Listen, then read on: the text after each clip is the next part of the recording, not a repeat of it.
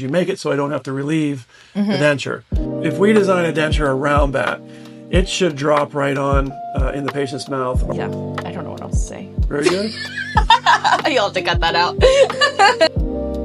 Hey everybody, it is June and we are back with another episode of the Lab Lowdown. I'm Angela, lab manager at Wyand Dental Lab, here as always with the owner Tom Wyand, CDT. We were just talking about CDTs. We were. Yes. Separate conversation, right. But I know earlier this week we had a lot of things come up with locator dentures. Yep. So as you probably know, there's a way we can do it analog, and there's a way we can do it digital. And a lot of people are doing them digital now, including us. But that does pose a couple extra questions of, can I do this? Is it the same? What do I do?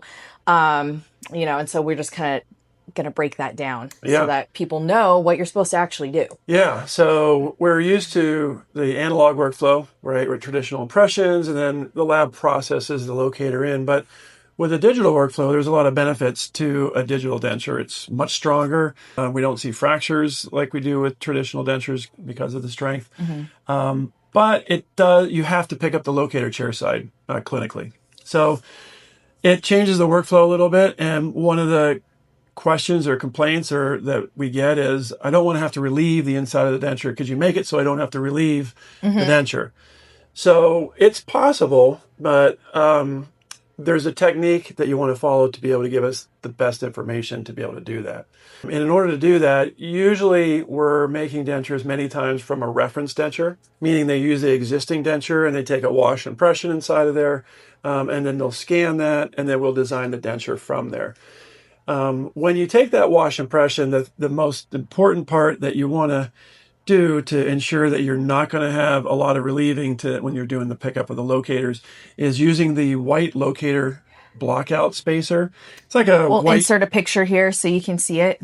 It's like a white hockey puck. So when you put the locator abutment in place, you'll put on that white spacer, and then you'll need to relieve that denture to fit over top of that until you can properly have the patient close.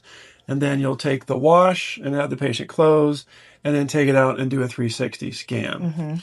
If you don't want to relieve the inside of the patient's denture, you could just do a 360 scan of the denture, send that to us, and we can make just a monolithic custom tray denture. Like a printed tray, essentially. And then we can relieve that as best we can. You may have to relieve that a little bit as well. That way you're not grinding on their existing denture to make room for that spacer. Yeah.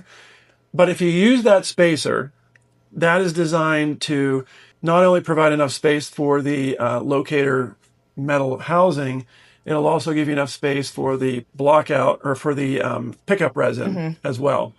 So if we design a denture around that, it should drop right on in the patient's mouth around that locator housing, and you should be able to pick that up without having to do any major adjustment to the inside of that denture. That is true. So giving us that accuracy will ensure a much easier process for you on the finishing side and delivery. Which I think is all good points. I did want to mention, if you are going to take a wash inside of that denture, please make sure it is a full wash. Yes. No weird flappies on the inside, short of the border. Make it just a little bit over the border. Because what it does digitally, if you didn't know, is it does create a model, essentially a virtual model of that arch, a dentulus. So if your borders are not completely filled out with a little bit of impression material, or there's folds and stuff inside, it's going to be as if you took a short impression. Yep, exactly. So, and just to explain too, if you don't use the blockout spacer, keep in mind we might see a healing cap in the wash. We might see an existing locator abutment. We do go in and we'll manually, with a parametric shape, we'll expand that to 6 millimeters diameter, 6 millimeters tall, roughly, but we're really guesstimating. So if you don't use the white spacer, then do expect to have to adjust the inside of that denture before you do the pickup of the locator, because it's just not precise. Right, because even, abutment heights above tissue can vary, and Half you're a just... millimeter, a millimeter, that's a lot. Yeah, in the exactly. Mouth, so I know... I was like, I don't even know if I would say this, but a lot of people feel like a denture should just fall right in.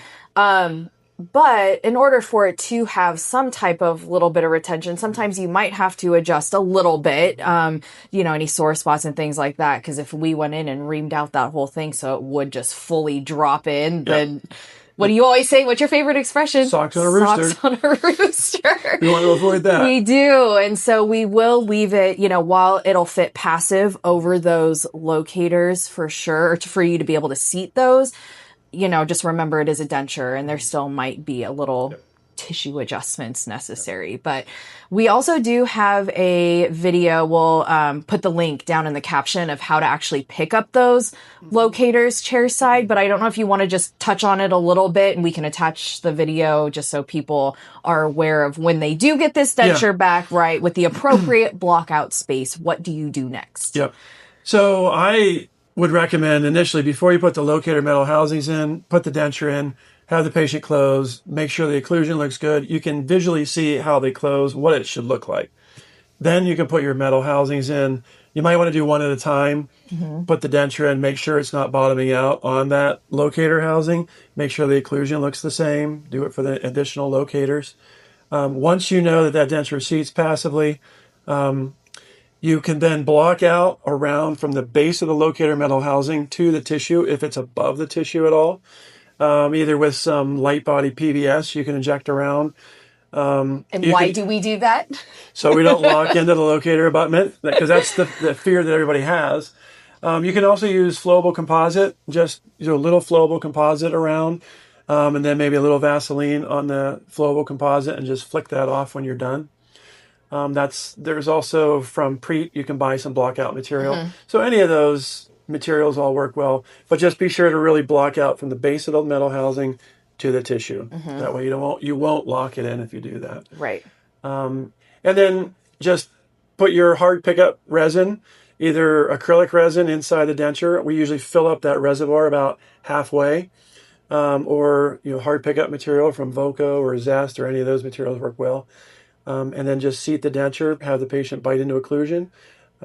After the setting time is complete, go ahead and remove it, and then you can remove any flash with like a number 8 burr, and just remove that flash, and that's really it. Oh, don't forget the vent hole. Oh yeah, the lingual vent hole. Yeah, because you want to have that acrylic, give that acrylic some place to go. So if you just look at the number 8 burr, if you drill a vent hole on the lingual or the facial of the denture, that'll allow that acrylic to flow out instead of underneath the denture, which can cause seating problems for later. So it's super simple, but people do call us all the time asking how to do it. We will, like I said, put the link below, but if you need any further instruction on it, you can definitely give us a ring.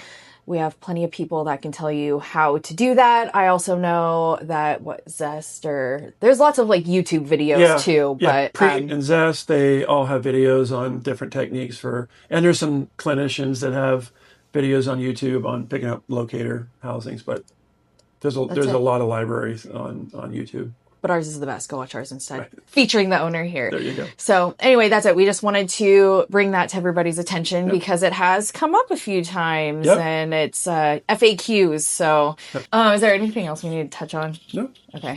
I think that was good. All right. Yeah.